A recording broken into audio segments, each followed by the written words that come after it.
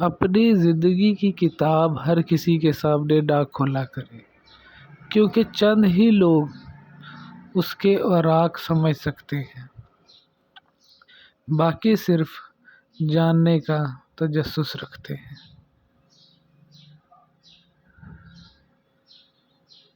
کسی عاشق اور متعصب انسان سے بحث نہ کریں، کیونکہ عاشق کے پاس اندھا دل اور متعصب کے پاس بند دماغ ہوتا ہے۔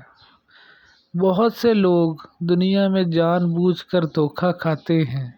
انہیں معلوم ہوتا ہے کہ جس بندے پر ہم اپنے جذبات کا خزانہ لٹا رہے ہیں وہ اس قابل نہیں، مگر پھر بھی انسان بڑا خوش فہم ہے۔